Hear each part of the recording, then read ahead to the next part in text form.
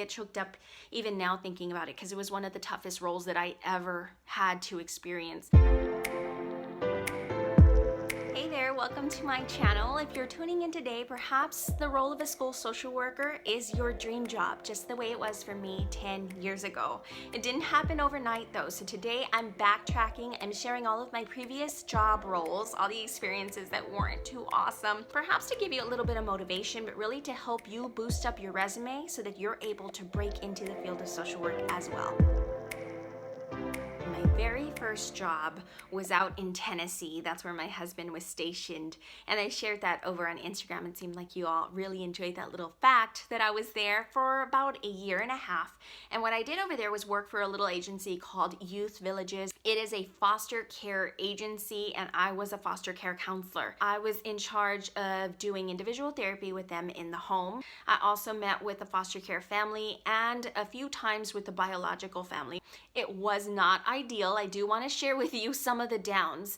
This role pushed the limits. I was asked to take children home to my own personal apartment, and that's where I did begin to set my boundaries. As we look at the social work code of ethics, we know where our boundaries lie, and some agencies are going to try to tiptoe that line. It was very disheartening, and I did begin to burn out really quickly. You can ask my husband. We'll do a Q&A on here at some point. He really had to pick me up when I was down and help me to continue on. I get choked up even now thinking about it because it was one of the toughest roles that I ever had to experience. The year and a half that I put in with this agency was heartbreaking, and it was very grounding and very difficult. So I do want you to know that sometimes you will have to be in these roles in order to get your bearings.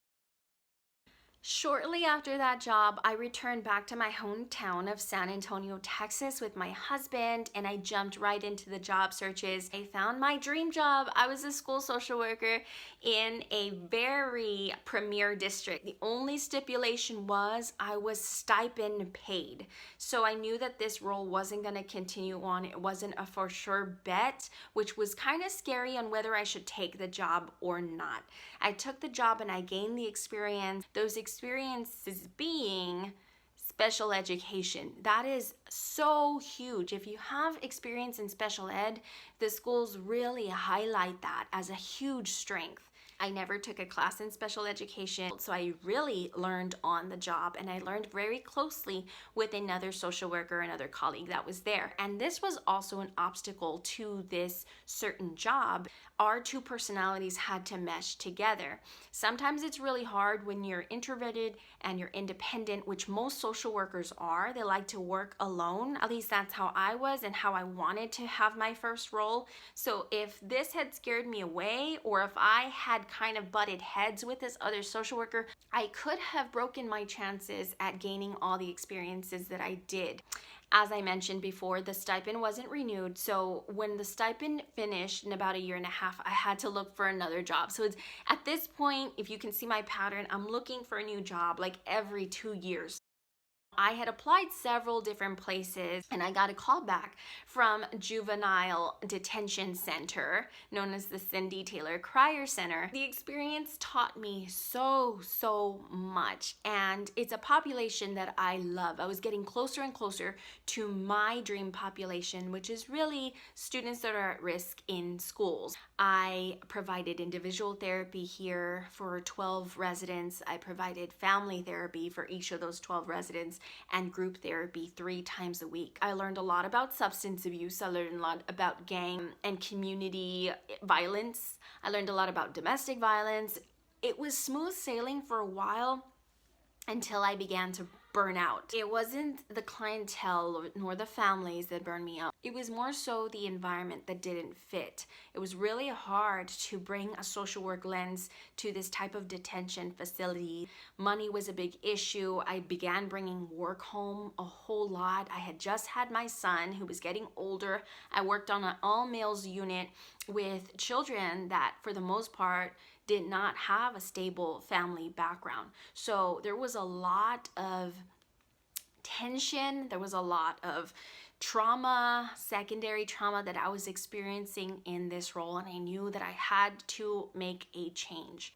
So as I contemplated what I was gonna do, I got a phone call that there was an opening at the current district that I'm at right now. So you know how this ends. I applied for the job. There was over a dozen applicants for this role. There hadn't been an opening in this district for about, I want to say, a decade, and I secured it. How I did that were the experiences that I had picked up from all of these other jobs that really took me through the ringer. This particular district was looking for a social worker that had experience in special ed.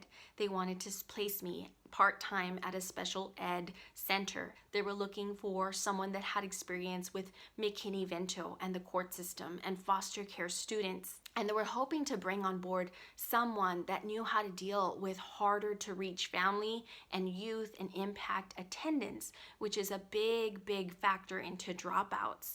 So I was checking all of their boxes through the experiences and the jobs that I had previously, not even knowing it. I currently work for a at-risk school district. I love my role. This population is where I've always wanted to be, and I have a great community of people around me that trust my knowledge base, that refer to me consistently. So I do truly feel, and that's why one of my favorite quotes is, follow your bliss and doors will open for you where doors don't appear for anyone else, where there's walls for other people. So please, I hope if anything, what you take from this video is encouragement.